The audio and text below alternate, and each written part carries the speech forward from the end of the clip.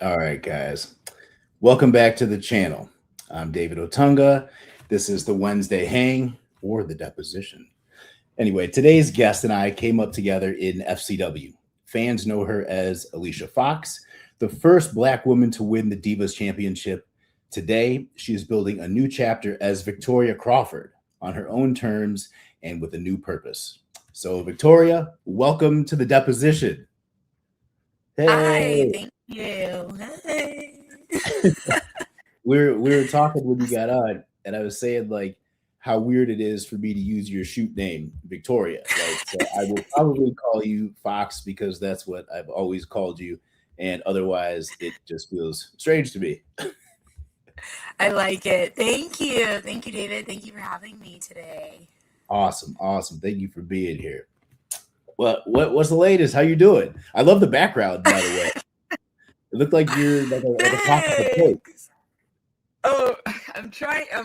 I'm sitting here in my dining room. It's a whole nother mess that I'm still like, now that I have some time at home, I'm able to start to like organize and, domesticate a little bit. But yeah, life has been busy transitioning everything. Like I'm saying, even from WWE. So it's been maybe 4 years or something, but every day has been new. But just trying to relearn those lessons that I didn't get to learn in my earlier years because I was at WWE, not too long after high school. Yeah, yeah. I mean, talk about that. Like that was like the majority. It's been the majority of adulthood, and Yeah. like when I don't think people realize it's like when you're in professional wrestling, like or with WWE, that's like your life. It has to be your passion. But to make it there, it is everybody's passion. And so like we're so locked in that then like when you take time away, it's weird because like wait, what do we do? And like doing regular things is so strange. But like how's that transition been for you? Aggressive. Okay. Because, like what I realized is, going to work to play Alicia Fox had its excitement and everything else. And my normal life is exciting, but it just doesn't have the same like permanence, like Yeah. when I would play my character, like we were saying, you have to be all in. My life, it gets lifey. So it was really new learning a whole new maturity to like the responsibilities that everyone else has, like getting a normal job. That's something I couldn't wait to share with you. Like I tried a lot of new things, and I think that was what my spirit was craving, because on the road, again, you're locked in, Yeah. and so that's what I would consider as like, woo, the meat and potatoes of my recent. That's so true though. Is like because there's nothing like the high or the excitement like being a pro wrestler like day in and day out, even like when you're home because you're fresh off the road and you're getting ready to go back. Whereas then like if you work a regular job, I mean these are night and day difference. Night Like and day. yeah, like that'd be tough. Like for me to go back to a law firm, like yo, when's my music gonna hit? Like wait, I got to sit in this office and do what? Is there going to be a run in? Somebody coming like that. It's just nothing that lives up to that. And because like once you have lived that, I mean, it becomes part of you, and you crave that. Like you can't just go back to normalcy, or you got to find some way to make that exciting. Yeah, and that was the thing I kept chasing was, I know my life isn't boring because I was always excited to come home when we were on the road, but it was about getting to know who actually lives in this house myself, and I'm like, oh man, I'm a slob. I don't like hanging up my clothes, like, but I don't want, and there was something that was coming to mind as you were saying what you were saying, but the biggest thing for me that I miss is like obviously the locker room, the way we could kind of travel together and feel important. We were like a unit, when we went overseas, we got to see the world. We Yeah. got to make new stories, we got to do a lot of stuff. However, I don't really miss not being able to have a little bit of a normalcy, because, you know, I feel real rich in my heart. You know, I feel really good about this life I've created. It's just interesting because there's a lot less of an audience. There's a lot less of any recognition, you know, so that self-regulatory system had to kick in, and, you know, and still remember to appreciate my small wins, you know, getting a normal job. That was so funny to me. I felt so weird. It didn't last long. I'm done with it. You got to tell me about it. Like what happened? What was it, and how did it go? How long did it last? This is kind of a laugh for me, but you know, I just felt as though I wanted to figure out how to break into corporate America, because it looked stable. Yeah, maybe a good office job with some benefit, you know, not travel so much, and all the things. And so I studied for my insurance license, which I were like, you know, I was pretty pumped on like annuities and things. And then there's like property and objects and stuff like that. But I ended up selling health insurance, supplemental, with Aflac. That was not really my vibe, which is sales. I'm not a salesperson, but, you know, again, that was just one thing in my fire, because I was also getting my Pilates certification. But, you know, the one thing that experience taught me is I had a really dynamic boss, and he was so good at selling and talking. And then I had a really strong director who taught me so much about organization and she wouldn't call them like weak points, but here are some areas to work on, you know. So that experience was amazing. Like dressing up every morning, going in the elevator. I really liked it, but you know, I'm not good at sales. I'm not. Yeah, I would think you'd be great at sales. Like you just have such a bubbly, likable personality. Like I feel like, yeah, whatever you're talking about, like, yeah, all right, I'm with it. Like easy to vibe with. It was supplemental health insurance is definitely tricky, but I moved on. You know, there's other things like I think. Do you remember my uncle Lou? Remind me. Lou Maggio. He lived in Tampa too. He's the one that helped Kelly and I get into wrestling. Oh yes. Yeah.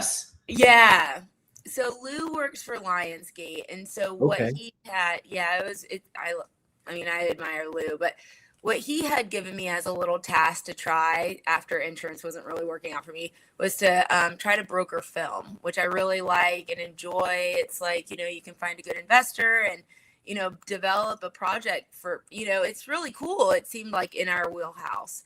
Yeah. And I'm just not good at sales. So it was just like, dude, I don't like asking for money. Like, it's just getting annoying. Like, you know, well, yeah, give me money, but don't make me beg for it. It was just, I don't know. I'm rambling here. No, yeah. This is great. Sorry. And then now I'm going to start teaching Pilates. So finally getting through that certification, and that seems to be my passion. I love the elderly community. So it's just, I should go back. I went to TNA for a year, and I knew a year would go by really quickly. And then I felt that weird anxiety again, like, oh my God, what am I going to do after this again? You know, yeah. I don't know. And I know you didn't ask yet, but you know, being at WWE for those 17 years, like I had a great time, like as we were experiencing life, but I was so frightened because I knew I didn't have a degree. You know, because my family really values education, and they didn't put it on me like as a burden, but I just knew like I might have to get like I might have to work at public. You know, what are my transferable skills? Yeah. And that was always a fear for me without the experience of knowing what else was out there at the time. So, I mean, that was hard.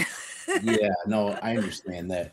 Have you ever thought about getting a degree still? Because if I'm not mistaken, I think I heard that WWE is really good about this. Like they will actually pay for your school, like now, like for former superstars, which shout out to them for that. Like that is really dope. Actually, hey, there might be another degree I might want to get. Amazing. Odd. Think about, hey, I might need to hit them up about this. Yeah, that sounds great. You know, I did take I did have the opportunity of doing their tuition program, the tuition reimbursement program. But at the time I was full-time on the road, and it was, I mean, I'm one of those people that need the time to really study. I have to like carve it out. Like I have to write it. It takes me a long time, like to just soak it in. Yeah, no, I hear you. And being on the road, like that's tough. It's tough being on the road anyway, but then having to study also, and then like having the high from, you know, coming off a match or something, then have to go bury your head in the books. That's a difficult transition, I would be honest with you. Yeah, but you know, I mean, I was kind of partying then too, and for some reason there's this memory where I were filming Total Divas. We were, I think, on the live event, and I was studying for an online test. I could just do online courses, you know. And I had gone downstairs to study, but then I was participating like wine with the girls, but then I was trying to study at the same time. And it just kind of is a reflection that I think back on, like, no wonder my priorities were out of order. You know, I prioritized wrestling, I prioritized the Divas, I prioritized a lot of other things.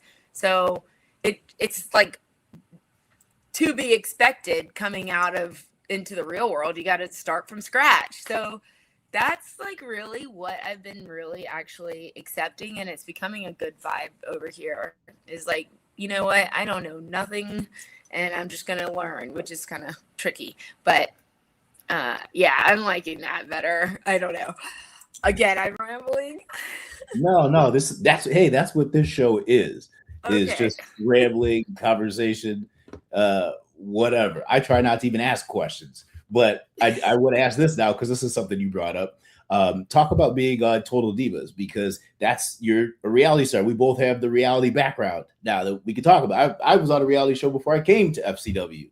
I know. I'm a mark. I remember seeing you on that reality show and then seeing you at FCW. I was like, holy cow. Big love it.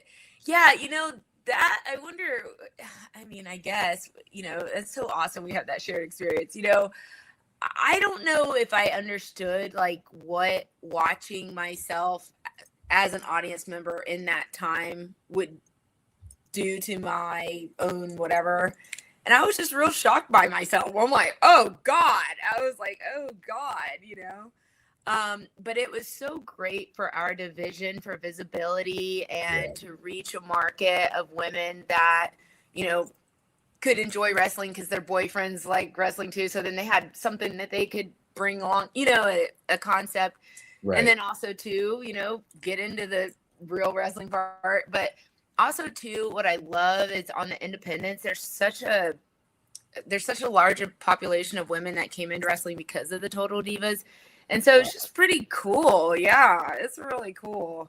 And I have to give mad credit to all the independent female wrestlers out there, because I always joke with them that, you know, because their effort today and their dedication, like whether or not they've been in WWE or another machine, like they're the ones that can help keep the lights on for like transitioning workers like myself. Like whether it's like, you know, heaven forbid, when I was just out here trying to make something out of myself, like it was nice to get a call from a girlfriend to wrestle to help, you know, bring in an income for myself, you know, in that delicate transition. You know, I think that's like what I think is almost poetic that I was going to experience regardless if I went into ophthalmology, which I thought I was going to do, or worked at you know what I'm saying? Like, it's poetic. Like, you know, I worked at Publix when I was 15, but it was like, or whether I stayed in that corporate, regardless, like this was my story to play out. And what I now can feel whole about is giving the credit to these young girls to say, you know, not so much as like, don't make any mistakes, you know, come to me. I'm not, you know, I'm trying to say by demonstration, like I'm still in the industry with you guys. But it's you guys that keep our lights on too. You know what I'm saying? Like, because all these girls are like 20 and even younger. And it's like, I can remember a lot of advice that like, you know, Beth Phoenix gave me, girls that I probably maybe are in the same perspective of like, oh man, they seem so like developed and mature and in their career, Tori Wilson's, and they were just always so kind, but the business was different. So the advice they could share with me was in that time period. Whereas now I love that we're a social economy. We all have social media, all have these brand terminology that I love, that our WWE experience also taught me how to articulate what's important about a contract. Knowing what it says. Like, I don't know what it says, but I know now to ask somebody that knows, and then let's just be honest, like everywhere you have to pay your bills. You have to work. You got to work. And that's the one thing I think I realized is wrestling, WWE was my career. And now it's just a fun passion thing. But I had to learn how to work. I need to work as a American, and that was hard on my ego. You know what I'm saying? Like, it was hard on my ego, but yeah. No, I like it. Man, you brought up a lot of great points too. Like, I think I don't know where to start. I know. Yeah, okay, I want to talk about contracts. That's something you and I talked about before, but like that's something I think I took for granted in being a lawyer, is that I reviewed my contract. And then back like when we were starting, there weren't really a lot of wrestlers who had lawyers read their contracts for them. I don't know if they had anybody read their contracts for them, because it's such a dream job. Most people just, where do I sign? You're going to pay me? I can do this. Let me sign. Because even for me, like, same thing. Like, I knew I was going to sign the contract before I read it. And then I read it and I understood it and stuff. And it's a business. And so I just took it as, all right, well, it's like anything else. Like when you're in the business longer and, you progress and do well, you can make the contract a little bit more in your favor, but it's just putting in time. But that being said, like, I understood like the terms and in being an independent contractor, but then also like how the company owns, a lot of your IP, but it makes sense because they're the company, they're promoting you, establishing you, giving you the opportunity, like your character and stuff it's like a TV show. And so I think that's where it was different, where I always understood that. I feel like a lot of wrestlers didn't until they left the company or whatever it was, and then realized they couldn't use their name or different things that the company had, for lack of a better term, given them or helped them to create. And that's where a lot of bitterness comes from. But like for me, it was always, well, I understood it because it was business, like it's a TV show. If I was on Chicago Fire and I was Jake the fireman, if after my episodes were done, I can't then try to be Jake the fireman somewhere else on another TV show because, hey, that was my character on Chicago Fire. But I think it's different because in pro wrestling, like with kayfabe, like you try to get the audience to believe, that's really you, to suspend disbelief even outside of the ring. But that's actually not the case. And I just think it's kind of where people get hung up sometimes. Yes. And I admire you so much, David, because I know when you came in, you had an education, and that looked like stability to me. It's like, oh, wow, this guy, he can learn the wrestling, he can go do stuff. But again, I came from like, most of us, like my parents and my family were very into education. Like it was almost like more of a generational fear to have, the stability dream, you know what I'm saying? Like, be able to support yourself after. So again, my parents were really supportive of me wrestling, but my dad always was just like always in my ear. What are you going to do after that? So, but I said all that to really say, over time I found a great counsel. I love her. Her name is Carolyn. And I think we've been together about at least 12 to 15 years, a long time. Nice. And I mean, you can tell that, there were times where she was my therapist, which I don't want to pay for that. Attorneys are expensive. And then it was like other things that she was just like helping me learn about, whatever. However, what that taught me is I have such a passion for business. Like I love looking at how things function. And I loved that about WWE. Like, you know, I was able to go on a couple appearances with Vince. And so some of the conversations and I just knew that he's a human. I'm a human. So I'm going to be nervous because he's my boss. But I made sure I developed some questions that I could take away. You know, like there were times in one appearance I were in the process of trying to buy a home. I had no money. I had no idea what to do, you know, and we're 1099. So what does that even mean? Like, can I ask for a raise? Can I be an employee? Can I get some health insurance? You know, and all those were no. But, you know, he was just gave me words of encouragement, but no money, you know what I'm saying? And I just remember kind of that, like these little instances made me feel like, I don't know. I knew it was a business because he told us that all the time, you know, wrestling as our art and the matches are great, but we're actually really dealing with non-tangible goods. Like Alicia Fox, like she kind of exists in our memory, but like she literally is a non-tangible good. You know, she can be distributed or she can be, you know, filmed, distributed over, and we don't even have a say or a know where some of those royalties or exchanges go because of it's like streaming. It's like when, you know, you go from movie theaters to Netflix, you know, like that business market had a shakeup. But that's what I'm really excited about right now in this day and age. And with these young workers, it's like, guys, we are in the digital age. You can wrestle for anyone you want safely, you know, but we all have a chance out there to bring a message, bring some discipline, bring what we got out to the world, you know, and it's like, you know, industry, like podcaster, we all co-mingling, you know, and it reminds me of all the things we learned in wrestling, like how many celebrities came to our events, you know, because, you know, we're a great group of people that really mix well with everybody, you know, that's just really the business. It's like, how do you network? I love that part. Wrestling is great, but I don't know why I love that part so much more. No, I feel you on that too. Like just the business, and I feel like I learned so much from WWE in terms of just entertainment itself and how to present myself, how to market myself, how to hustle. But then even just being a sharper entertainer and better at it. Cause like I'll never forget, like I remember when Hugh Jackman came and he was, I don't know if he was a guest host or what he was doing. And he had like a little bit of a promo segment in the ring. And I remember they rehearsed it with him so much. And I happened to just be, you know, standing there.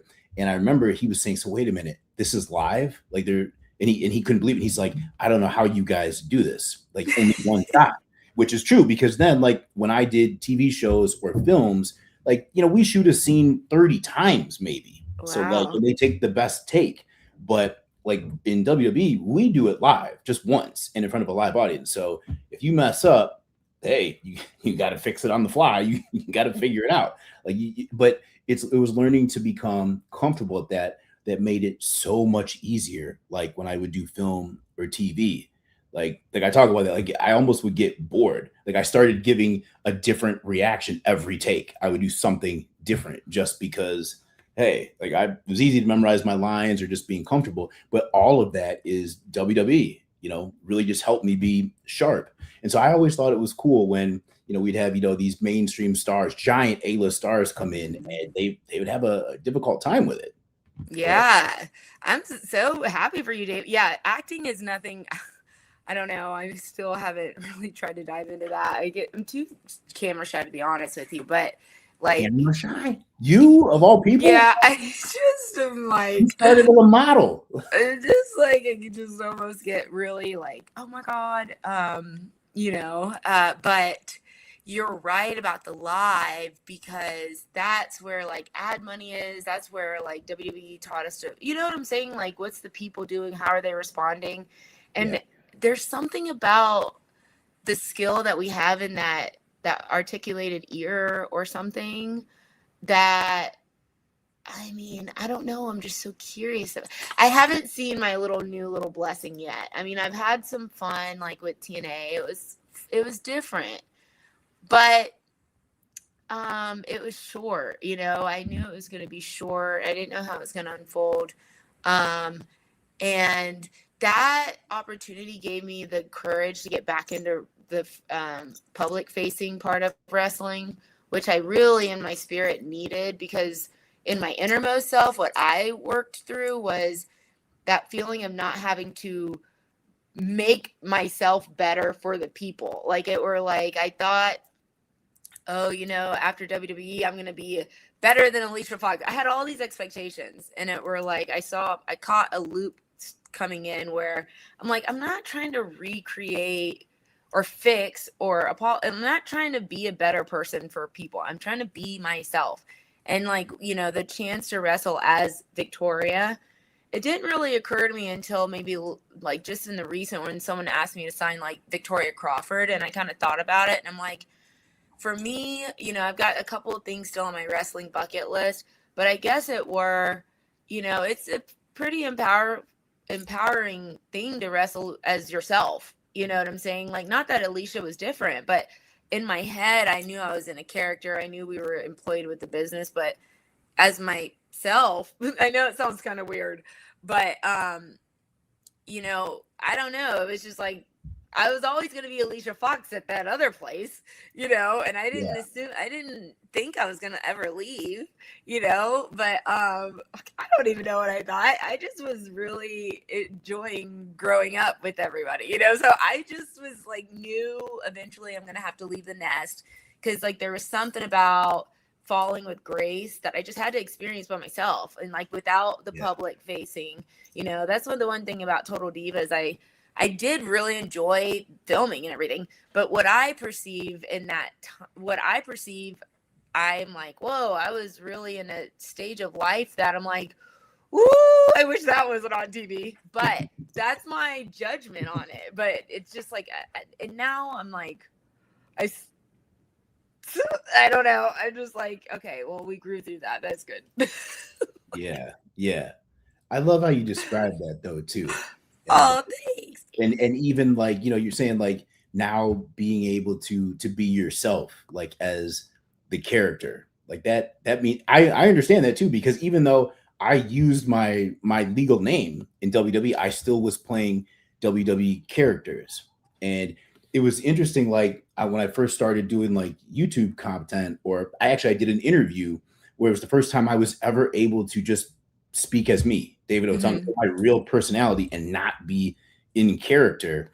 Like I didn't realize it, but just reading the comments, like people were surprised, like, whoa, hey, because I was always a heel. Hey, this guy's all right, or he's or whatever. And I was like, oh, hey, thanks. But I didn't realize that it hadn't occurred to me. Yeah, this is the first time I'm ever really showing like who I am, who David is. Even though David Otunga was my name, that was a character, different characters. It was the A-list, and I was, the Harvard lawyer with the bow tie gimmick. It was all a play off of who I am. But there is something empowering about that in being able to be yourself, because like I still feel like we're naturally characters as people. Like we're main characters, if you know what I mean, in real life. That's how you become a professional wrestler. I mean, they don't just pick anybody. Like to make it to this, you got to be a real character where people will see you outside. All right, I don't know what that person does, but that's a main character. They do something. And so I just feel like there's great power in that, in taking control over that. So that resonated with me. Like I totally get what you're saying about being yourself. Yeah. You totally get it, especially like in that, because I remember when you came to FCW, and because obviously like, being a mark, I was like, oh yeah, heck yeah. But then it were during that time when we were like on those live events and we were driving and sitting in the ring, like I almost don't know if we expected what our future really would look like, how it would unfold, where WWE would develop. We were just doing what we were told to do. I just can remember setting up the ring with all you boys, and that was a way for me to socialize and meet the boys, and they were really kind. And then, but OVW was a totally different thing than FCW too. Like that's where I experienced like, oh wow, this thing is actually going this way. I'm not here to unpack my bag and get comfortable. This is a moving thing. Like it were like when I went to OVW to FCW, I were like, oh wow, I'm in like now second grade, you know, and then I went and did the wedding planner and I'm like, oh yeah, I'm in first grade. And then I went back down and then I was back in kindergarten and then I went back up and I was a DJ and then I went back down and then it was, you know, it was just like, again, like it just started to become part of my program, I guess. But yeah, there's just like so much to unpack there.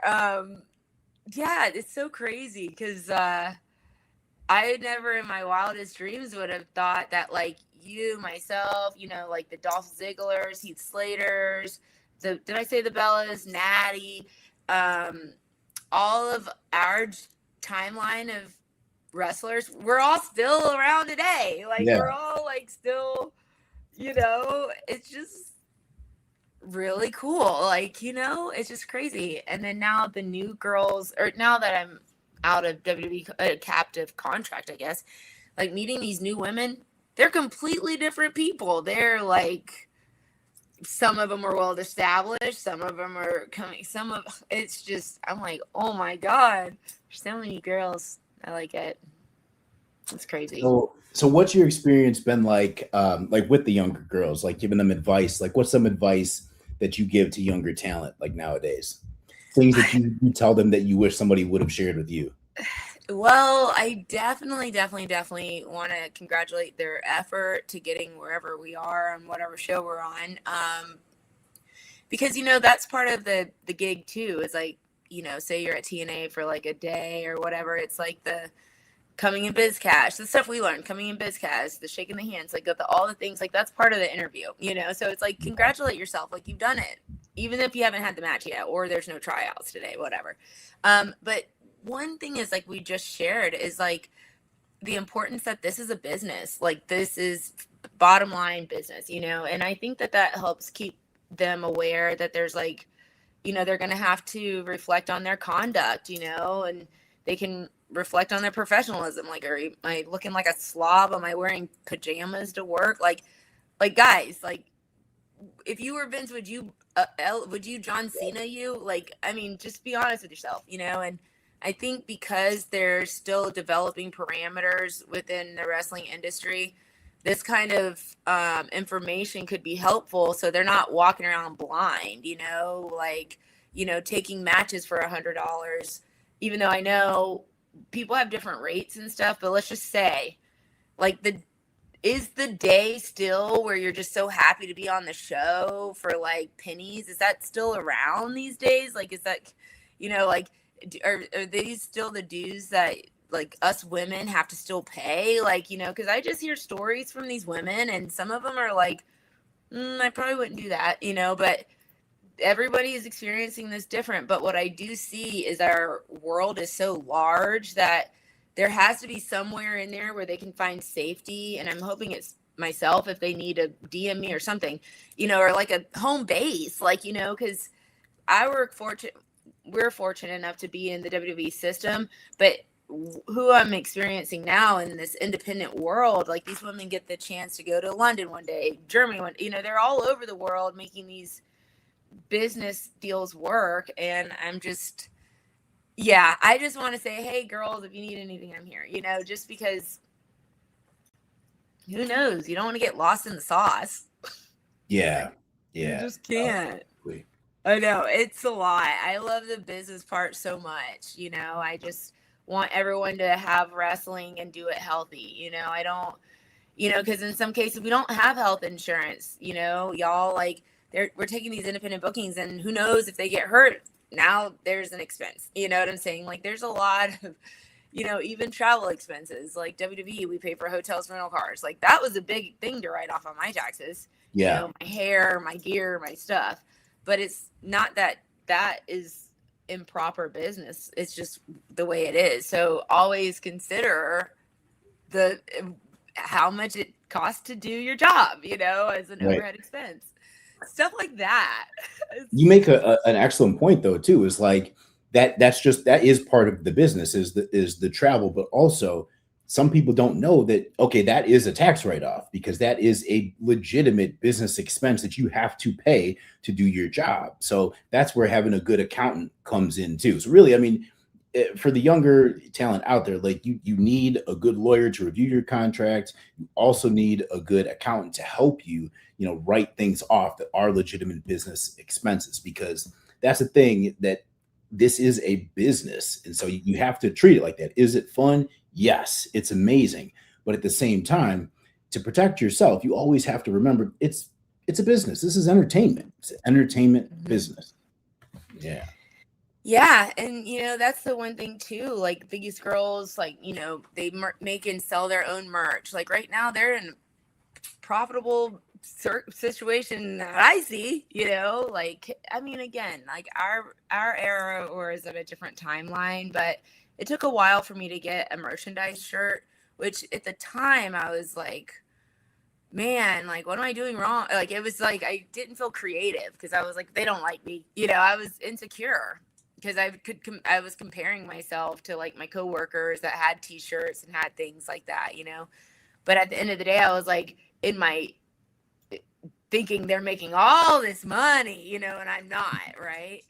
But again, over time, you just start to learn the aspect of like what you can budget, what you can do, and what you can do, if you, but again, it's different because like, now I could reach out to Alani and be like, hey, could you send me a case of energy drinks? I want to go, whatever, make some content. I can have like the opportunity to be creative, which I feel profitable, even if it's just, it doesn't have to be in dollars and cents. That's kind of, I think, what I should also say is like, there's like so many riches to be, here. But it's about building wealth, not just being rich, like I want to have strong investments. But that's the stuff that I learned amongst the environment of WWE. Like we worked with a lot of intelligent people, like everyone in that office, smart as I don't know what.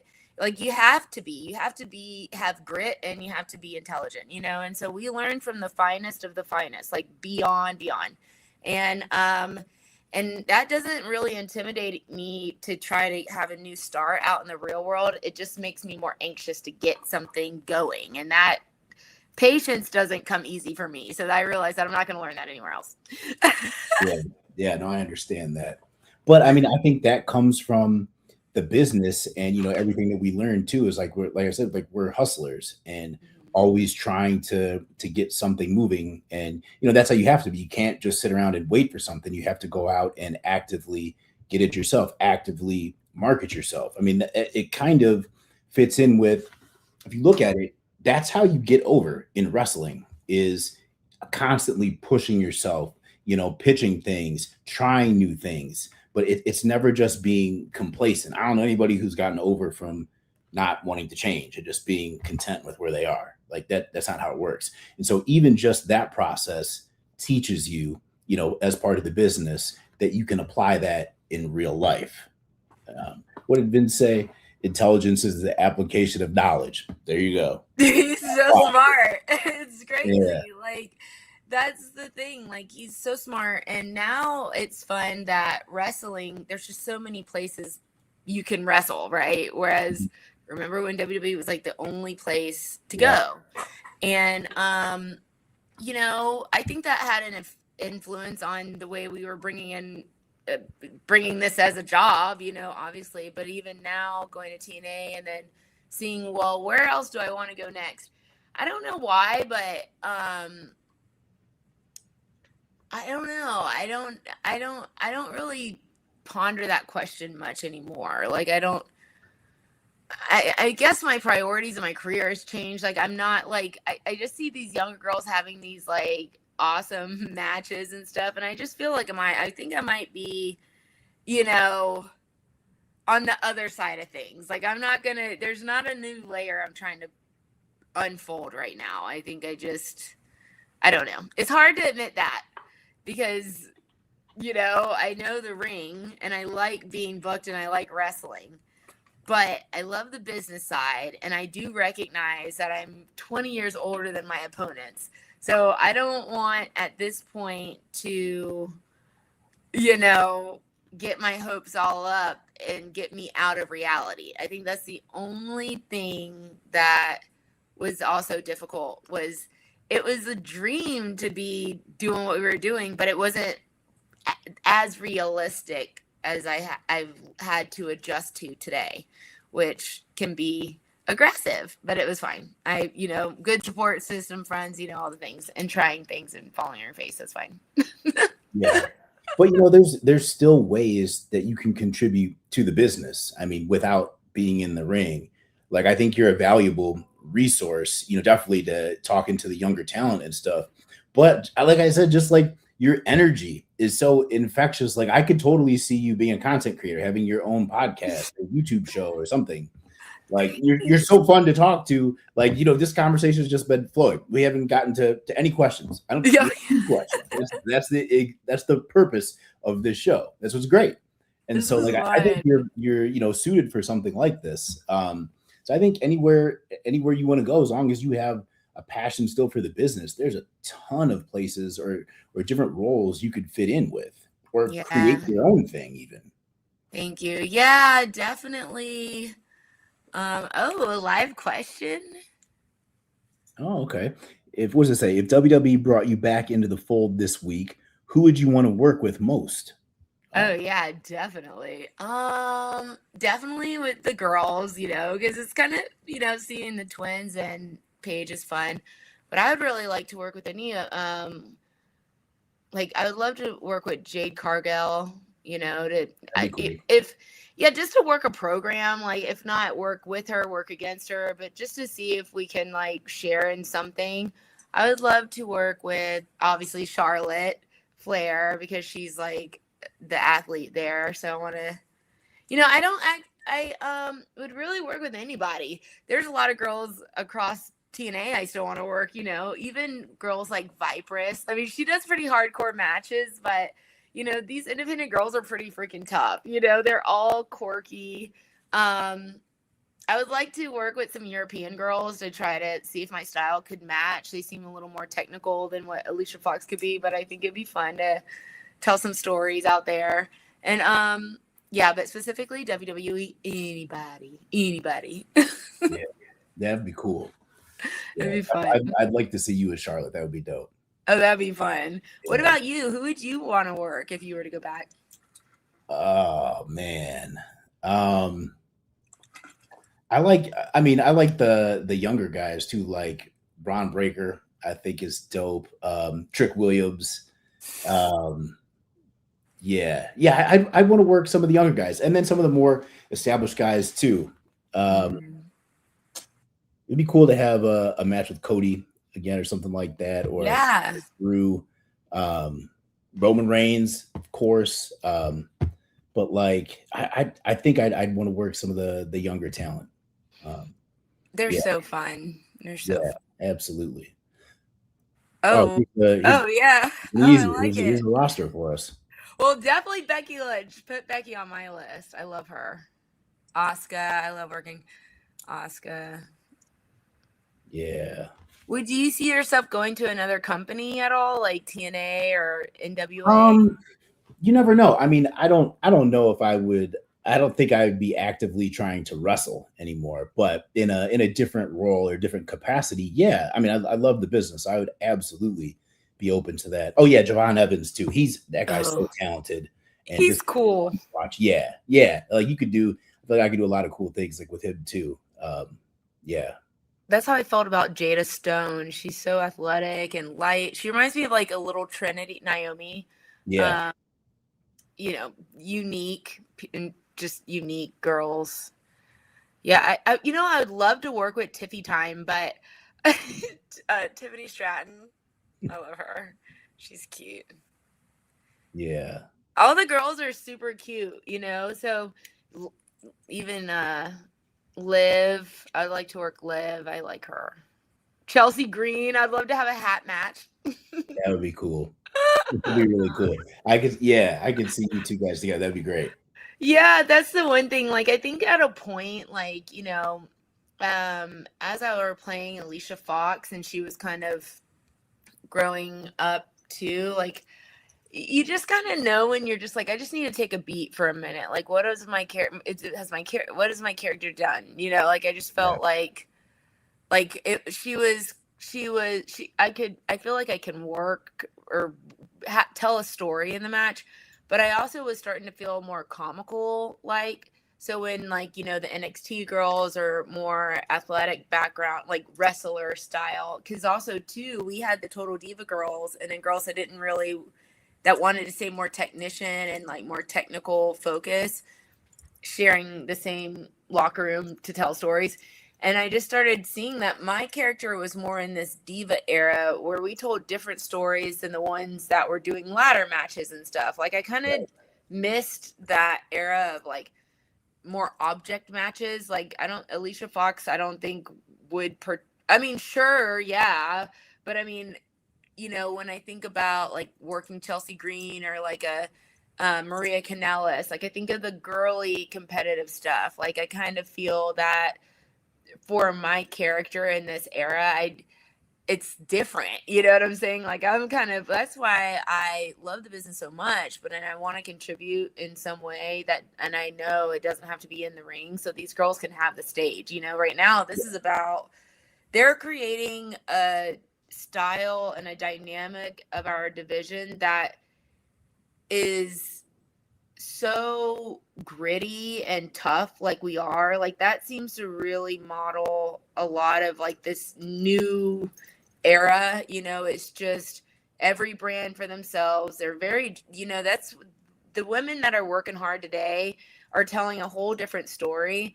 And I feel as though their stories need to be told, because eventually 5 years from now, the way we reflect on our Total Diva era, their era is going to make our era look even better. You know what I'm saying? Like, because women wrestling, in my opinion, has a very small population. Like, we're kind of a small group of people, you know, until now there's like a big bubble because it's accessible. There's more companies, you know, people watch it on different platforms, streaming, Thriller TVs, AMCs, you know, it's accessible to the people. Whereas with WWE, that it's Raw, SmackDown, and accessible to UPN watchers or cable people. You know, I didn't grow up with cable, but I'm just saying, like, the accessibility to the people has dynamically changed, you know.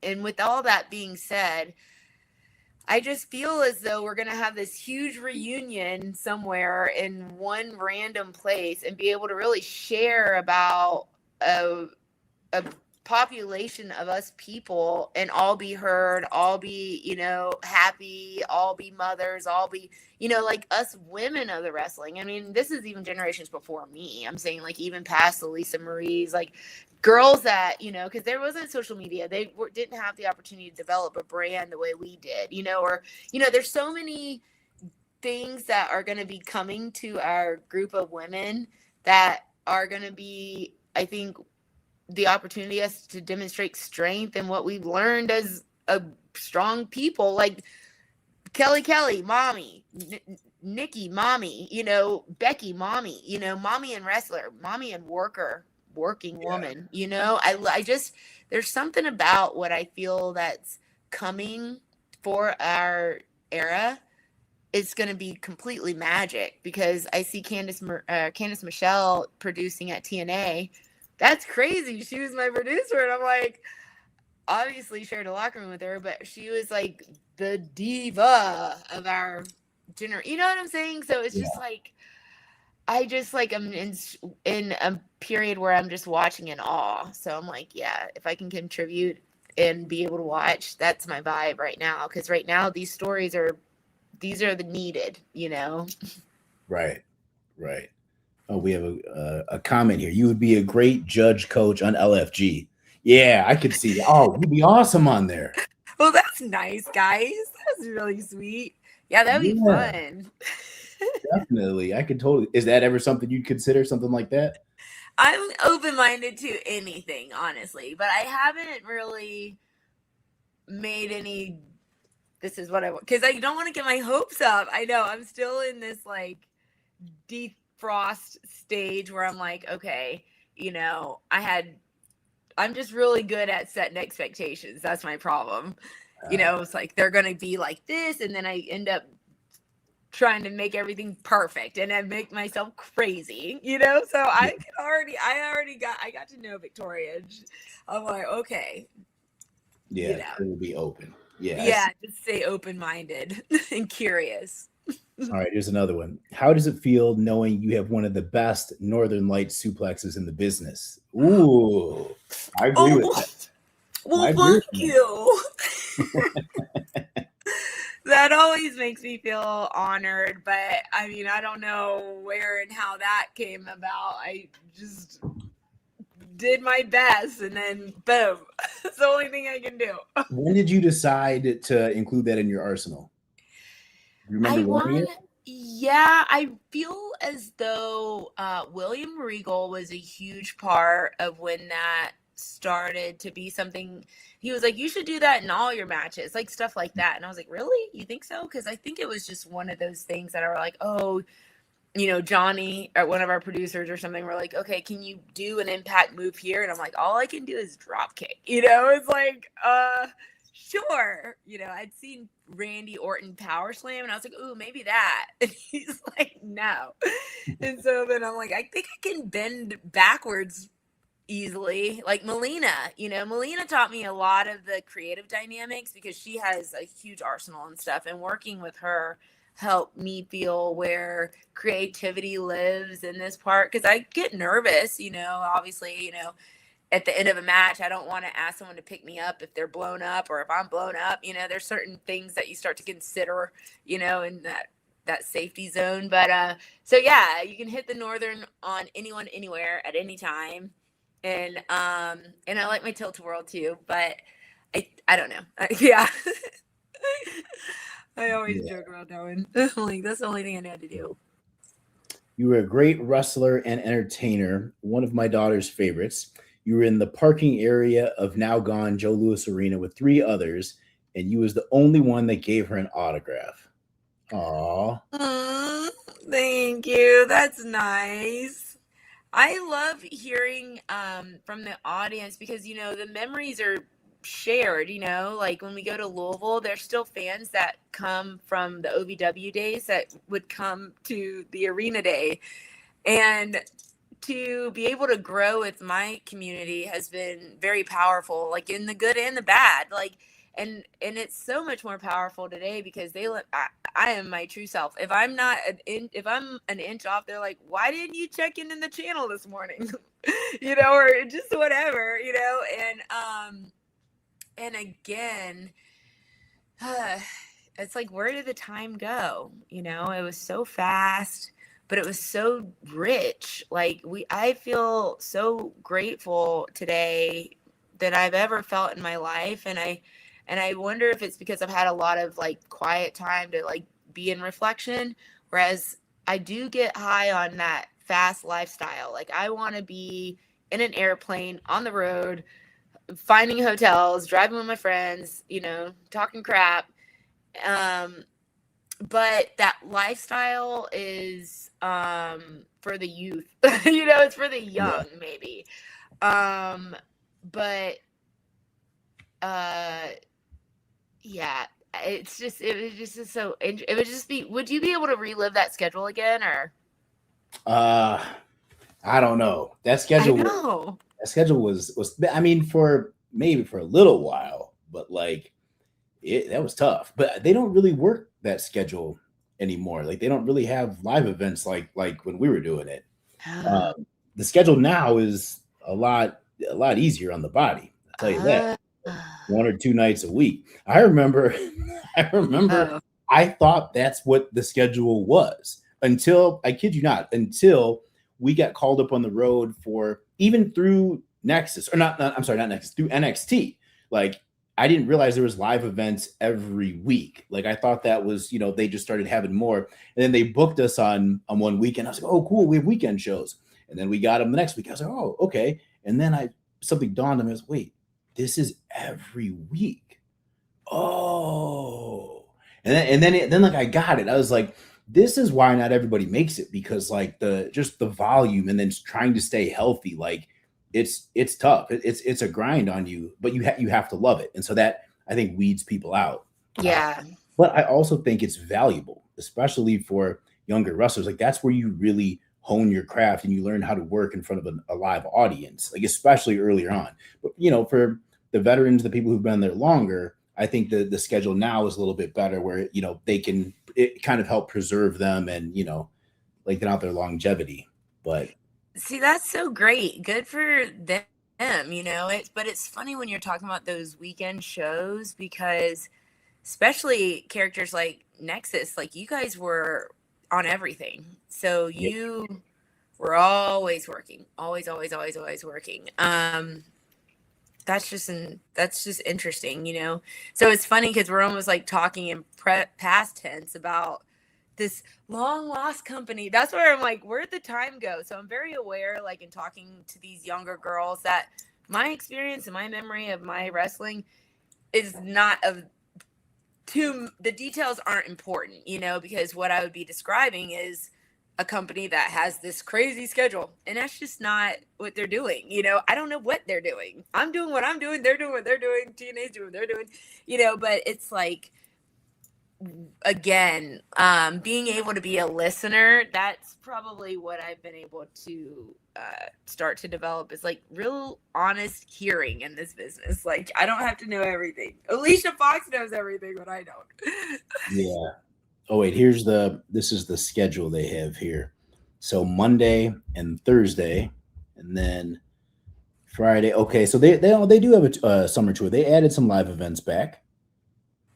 That's good. Yeah. Thursday show, Saturday, the summer tour. Okay, that's good.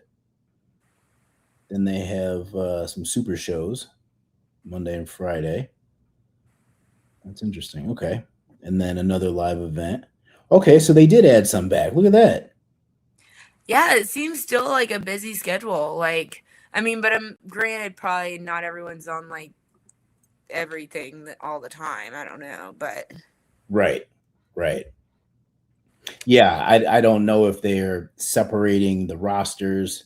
Because like when we were doing it, there would be the Raw roster and the SmackDown roster. So it'd be live. That's the other thing, is it wouldn't like there would be just one live event. There's the Raw live event, and SmackDown would have a live event the same day in a totally different city. So like everybody was working. And then when we were filming 205 Live, we were staying like an extra day and then catching up, or if it were overseas, we were catching up with the tour. I think that was like the best thing about the whole experience, is like I felt like Batman. It were like, no matter what, any method of travel is on the table and you will get to the show. Right. The show will still go on without you, but you will be en route. Yeah. No matter what, and I think back on some, it was also really important to have a good writing partner. I've had some great writing partners, like a mixed group of people. There was a long time I couldn't rent a car, so I had like Daniel Bryan would rent the car and I would purchase the hotels, and then I had the Gail Kims to Oksana, Eve, like all these Mickey, but it's funny because like in those drives, like we would drive all night sometime, like just to get there. Or it was like the actual job to me. Like the wrestling was like, oh yes, dessert. It was like, I'll take fat-free ice cream over here. Like it was like, oh yeah, but it were that part that actually people don't see, that I was like, oh my God, another gas station hot dog? I just can't. Yeah. Subway again? No, but not having a good diet, that can, drain you. You're chipping away at a particular piece of human that, sometimes can't really be replenished very quickly, but what else is there's so many things. It's so funny, since we were in developmental, I'm sure a lot of people ask you how that was back in the day, because it was like, is it like the PC? I always get questions about like, was developmental like the PC? The PC is a monster. It is nothing like that. It's cool. Yeah, the PC is dope. It's like Avengers Campus or something like that, or Dr. Xavier's school. Like it's a little mini college campus. And FCW was a warehouse. Warehouse. Steve Kerr would raise the garage doors in the back, have giant fans, but it was hot and in Tampa. But that PC is air conditioned. It's beautiful. It is. Yeah. Gym in there. Like they have their little cafeteria or whatever it is, their kitchen upstairs, little places to chill and study. Like they have showers that are nice. Like it's nice. Yeah, definitely different from what we had.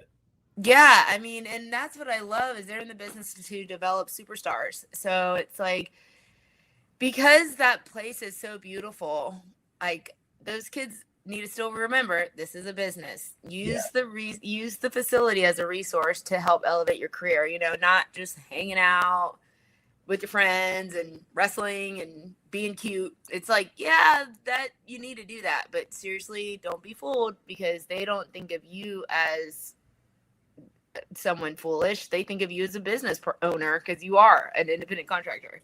That's what the machines think about you, is they think that you're in business with them because they're a business. Okay. So that's it. Like it's almost as sanitized as that. And that's what I respect and love so much because it gives people the opportunity to pivot if they want, you know, like you don't have to like attach so deeply anymore emotionally. I mean, if you can kind of develop this concept that if this is business, there's going to be moments where I want to take things personal and it might hurt my ego, but it's business. Like that's always going to be the neutral fact. Everyone can agree on that. And it's probably where it is. That's what it is. Very, very well said. Which it'll blow my mind sometimes too, because there'd be people in developmental and they wouldn't take it serious. Like they would act like they've already made it. And then just they have this feeling of entitlement. I'd be like, whoa, like, yo, we haven't made it yet. We're still trying to get to the main roster. Like you can't just walk in like you're the greatest thing, because then you know what? You walk right out. They would lead you right on out. And that happened a lot of times. It really did. And then like even when you get up to the main roster, like you still have to treat that as an audition for a while, because there's a lot of people that made it to the main roster and act like they made it and were entitled, and they didn't even get sent back to developmental. They just got sent on out. So a very real thing.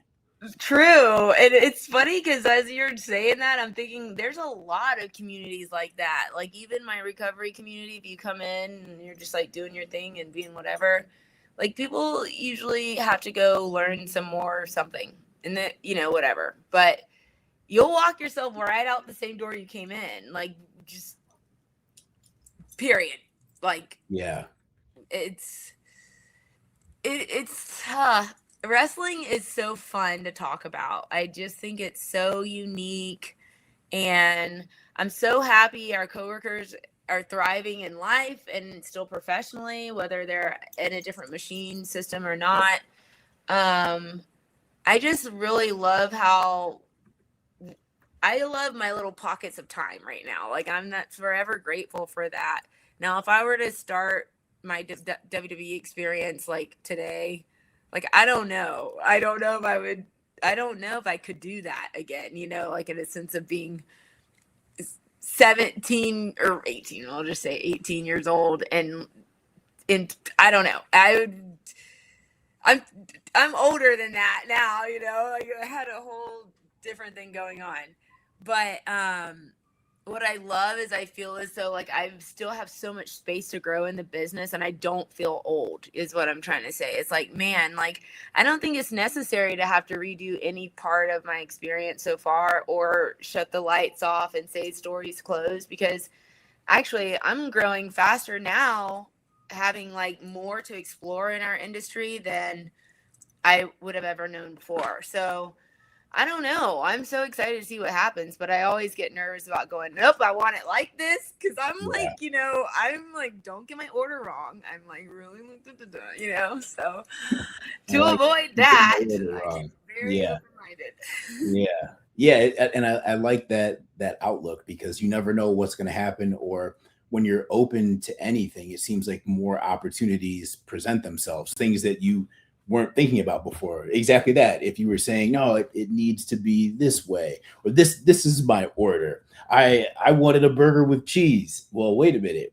There's like this steak that could potentially come. I didn't think about that. This chicken sandwich. Oh, I hadn't thought about that. You never know. But it could lead you down a totally different path to discover something amazing that you didn't even know was possible. Totally. Yeah. And it keeps your dialogue open, because I think sometimes, wrestling takes a community. Like, they always say you can't wrestle by yourself, but, you want to find the good people that are going to give you strong factual information. So, you want to develop good questions and like think and just whatever. And so I think us being able to talk about the business and talk like that, we're just able to get more information and more healing. So just keep your dialogue open. So that's the one benefit I've experienced by being more open-mindedness, or having more open-mindedness, versus like, nope, I need to go to the gym, I need to fit in this tight, I need to change this wig. Like, I was trying to do that because that's all I thought would work. It's like, okay, Alicia Fox does this and she does that, and then I started realizing, no, she likes to break the rules, and then she likes to make, she kind of is a whatever. She just needs to stay creative and curious and off of the steering wheel, and I kind of was able to begin to live a life within my character rather than trying to make it fit. It just was, it was hard. I mean, it sounds weird because I'm talking about I'm talking professionally and I'm talking like in my truth, but to kind of talk about them both at the same time is like what I'm saying. Like, it's good to keep your dialogue open so that you stay honest. You don't go confusing yourself being like, oh, I'm a star, because you are a star. Everyone's a star, but there's so many lessons to be learned here there's so many lessons to be learned. So I just hope everyone's paying attention. Yeah, absolutely. Man, you have so much to share. I'm telling you, start like a podcast or something, like some way to get information I want out. a podcast, but I don't know. You'd be really good at it. Yeah. I just have been told, like, I think that was one insecurity, and I'll just put a button here, is like when my self character, like Alicia Fox, was playing that crazy person, I felt like I couldn't be anything, or I felt people really didn't see me anything other than crazy. So when I were still opinionated and still wanted to share like truth and information, like it was oh, you're just being crazy. It was like a quick dismissive, it was a quick exit for people, and I thought at one time that I wanted to be understood, but that's not what happens. I'm here to be understanding. Like, you know what? I'll be right tomorrow. You may be right. I'll be right tomorrow. You may be right today. Whatever. It's like that. I don't know why I'm saying that, but I really had a long time working through that identity. I had like an identity crisis because I was Alicia Fox, and then I was crazy, and then there were other things that in this real world I just believed what everyone had said. I believed my own.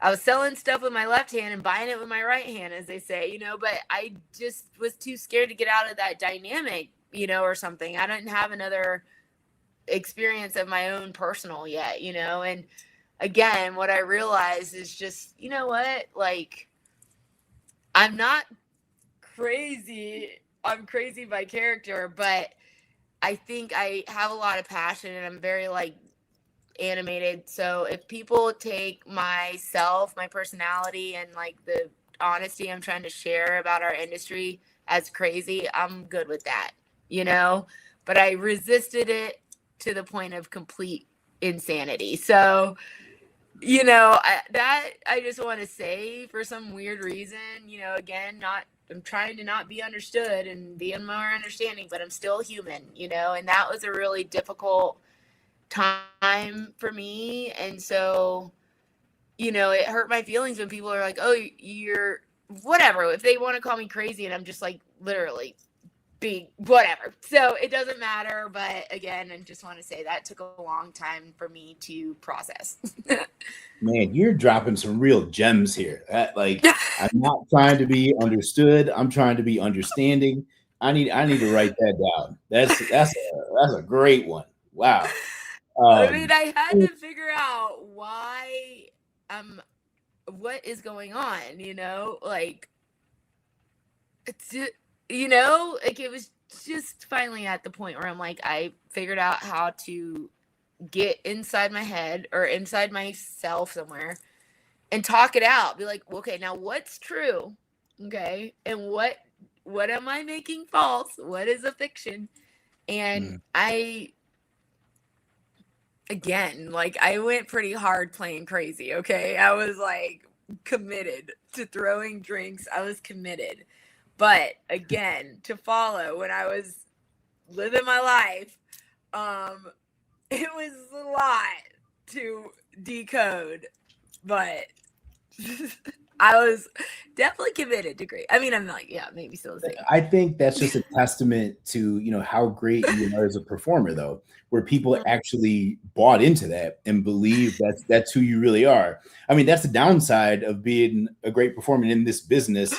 I feel like that happens to me a little bit where people are so conditioned to me being a heel, or if I say something as a lawyer, like I'm usually trying to be underhanded or whatever, where then like now, like in my real life, or like if I'm talking out here, like I'll say something that's legitimate, but people are so conditioned to me being a heel, they're automatically going to try to hate on whatever I said. Like, wait, no, I'm not playing a character right now. This is legit. And then it's funny because I watch other people in the comments who have to tell them, hey, he's actually right about this. Like, no, he's not a pretend lawyer.